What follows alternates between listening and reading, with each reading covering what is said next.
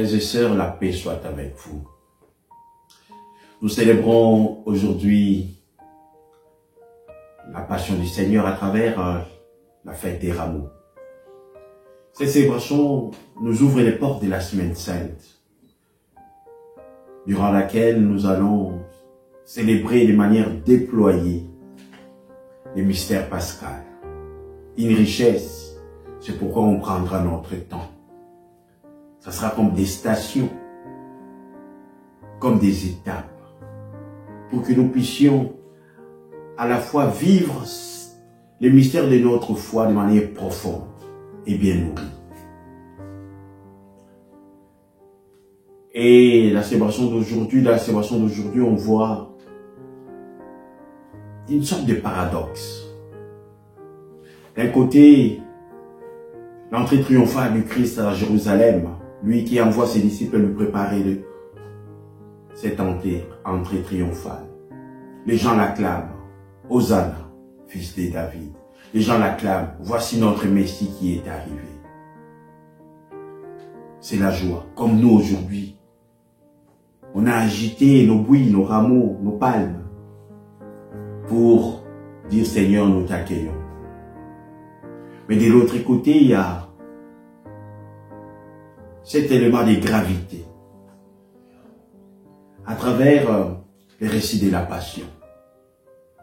Mais cela commence déjà dans la première lecture avec la figure du serviteur souffrant, le juste, l'innocent qui souffre pour les pécheurs, pour les criminels. Il ne se dérobe pas.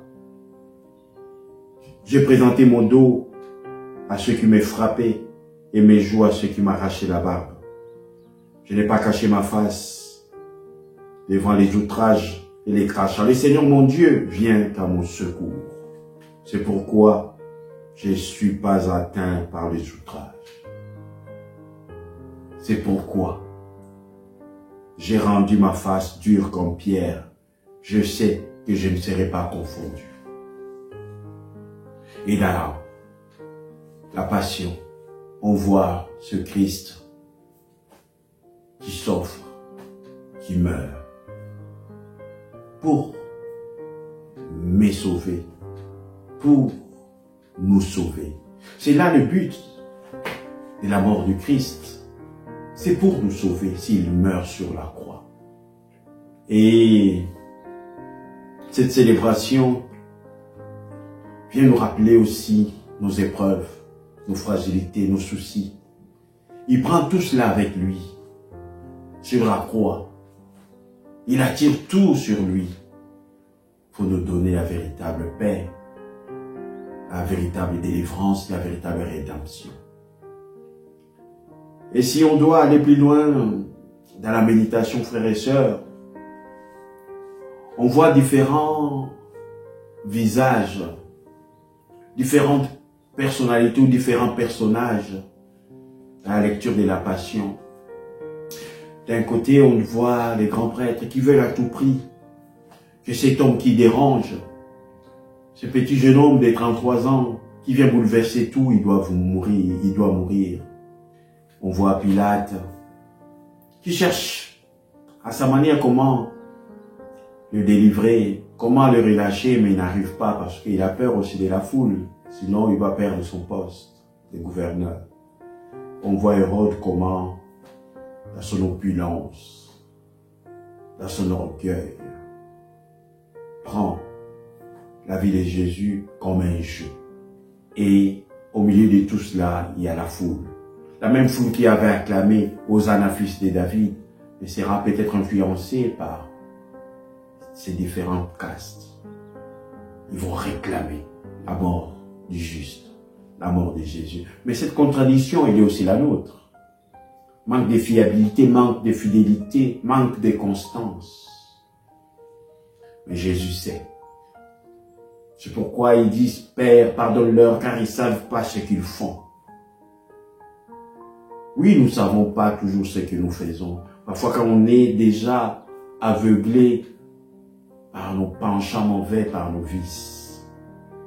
Mais lui nous tend toujours la main pour que nous puissions reprendre les bons chemins. le droit chemin. Comme je disais la semaine dernière, pour que nous puissions retrouver notre première identité, image, ressemblance de Dieu. Frères et sœurs, cette célébration est un cheminement, comme je l'ai dit tout à l'heure. Et la Passion à la Pâque, c'est un cheminement où nous allons nous poser, où nous allons être marqués par ce déploiement de Saint-Mystère.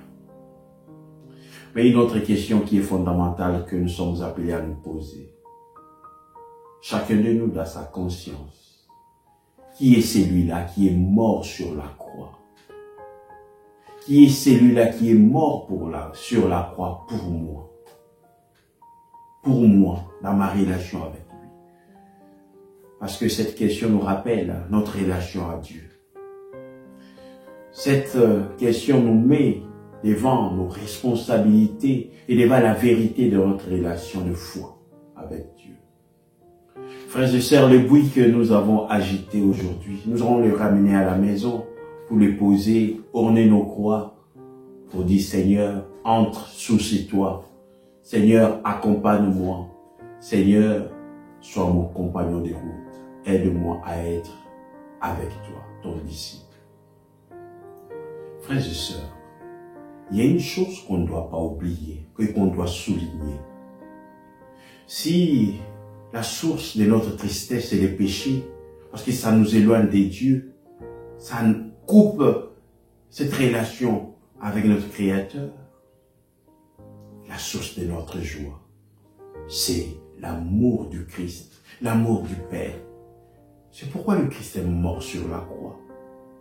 Il vient nous donner cette joie profonde que nul ne peut nous enlever. Je vous souhaite une belle entrée en Semaine Sainte. Que la célébration d'aujourd'hui, dans sa dimension à la fois de joie et de gravité, puisse éclairer notre intelligence de foi pour que nous soyons à la fois dans la joie, dans l'espérance, dans la lucidité. Belle montée vers Pâques et que le Seigneur nous bénisse tous. Au nom du Père et du Fils et du Saint-Esprit. Amen.